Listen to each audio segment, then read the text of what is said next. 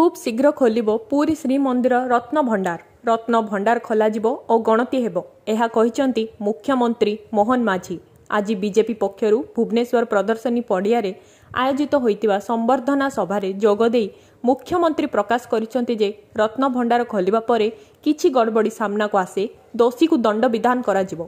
पाताଳରେ थिले भी खोजी बाहर करी दंड विधान कराजिबो।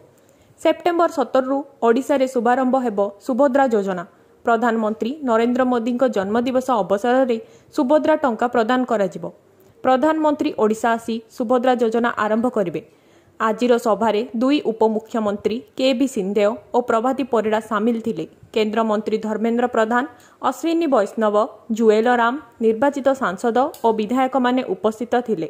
भुवनेश्वर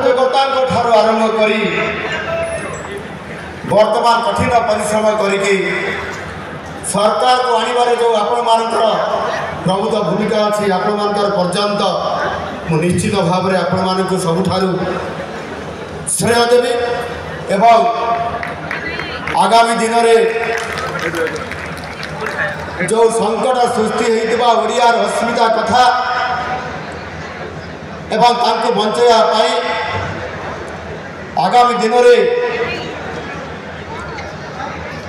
ओडिया को सम्मान सहित बंची रहा सहित ये ओडिशा को भारत वर्ष में 1 नंबर राज्य प्रयोग कर जो संकल्प आज आम आगे छिड़ा एवं समस्त सांसद लोकसभा 20 जन विधान राज्यसभा अश्विनी भाई मंत्री केंद्र मंत्री होती समस्त विधायक बंधु पार्टी में बुद्धिजीवी प्रकोष्ठ एवं मीडिया सेल तरफ एक बुफेर आयोजन करा आपको भी धन्यवाद।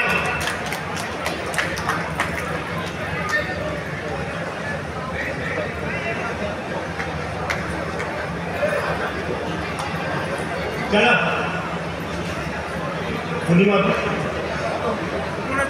समस्त को निवेदन करी जो मैंने मंच अपेक्षित अच्छा से रे अन्य कार्यकर्ता भाई भौणी मैंने तौक जा समस्त को निवेदन निरंजन भाई बाबू भाई टे समस्त को स्थानीय स्तर कार्यकर्ता भुवनेश्वर तौक टे ओल्ल बर्तमान आम मंत्री परिषद माननीय सांसद माननीय विधायक मान को पार्टी जो वरिष्ठ नारी नेत्री मान अच्छा समस्त को निवेदन करी समस्त को आसिक उत्तरीय फूलतोड़ा एवं वृक्ष देकर स्वागत करेंगे। समस्त नारी नेत्री पार्टी जो मैंने अच्छा आमर मंत्री परिषद ओडिशा सरकार मंत्री परिषद समस्त मंत्री मान को मान्यवर सांसद मान को मान्यवर विधायक मान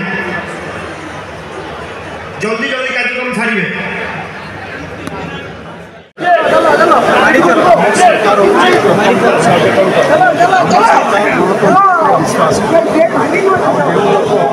आशीर्वाद दे अलाउनी कथा शुणा सरकार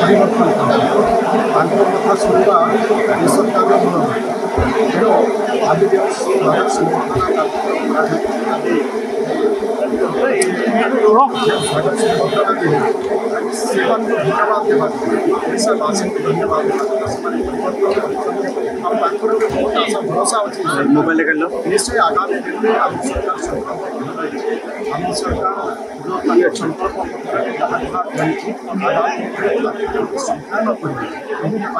सरकार प्रयास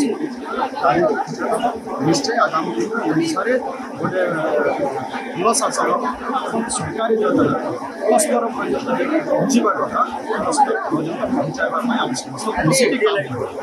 भुवनेश्वर स्वर्णप्रभा नायकों रिपोर्ट पर्यवेक्षक ओडिशा।